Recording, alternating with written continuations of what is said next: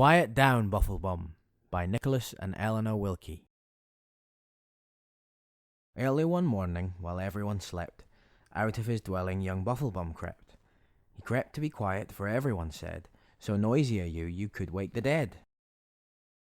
To be nice and quiet he was trying so hard, he did not notice the log in his yard. So he tripped with a yelp and a crash and a cry. That's done it, he mumbled, and rose with a sigh.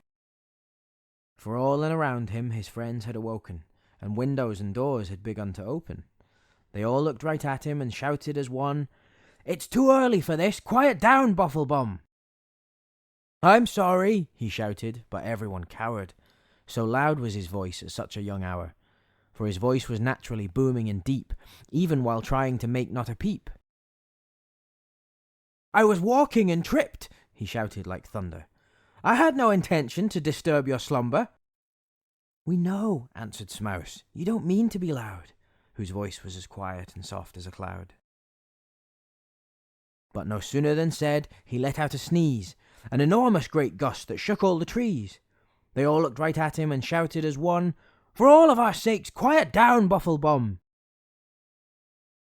"Humph!" he complained and muttered and grumbled. "I'll leave here forever, just watch me," he mumbled.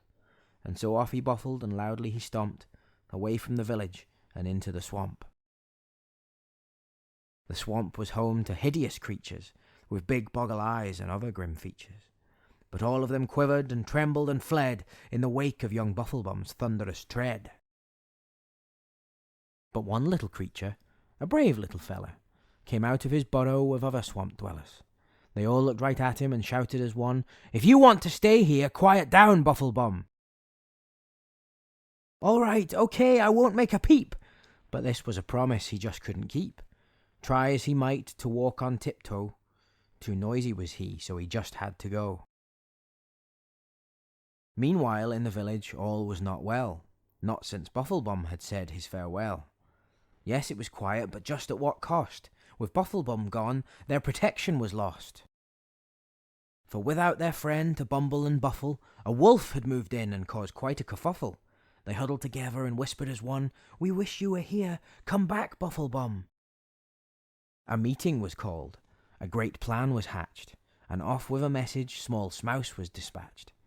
While the village folk were left feeling worried, towards the swamp Smouse scuttled and hurried. Bufflebum's trail wasn't too hard to find, because of the tracks that his feet left behind.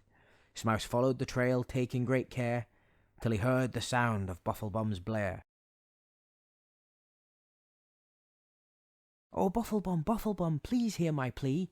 The villagers think you may listen to me. They beg and they plead and are requesting as one, for the sake of our village, come home, Bufflebum." Bufflebum then gave the biggest wide smile, something that hadn't been seen in a while. "You mean I can help by making a den, and no one will tell me that I don't fit in?" And so off he buffled and loudly he stomped, back to the village away from the swamp. He fell over branches and blew down the trees, but now no one minded a trip or a sneeze. Hearing the ruckus, the wolf filled with dread, and with one look at Bufflebum scarpered and fled. The villagers cheered and shouted as one, "Stay just as you are, be loud, Bufflebum." The end.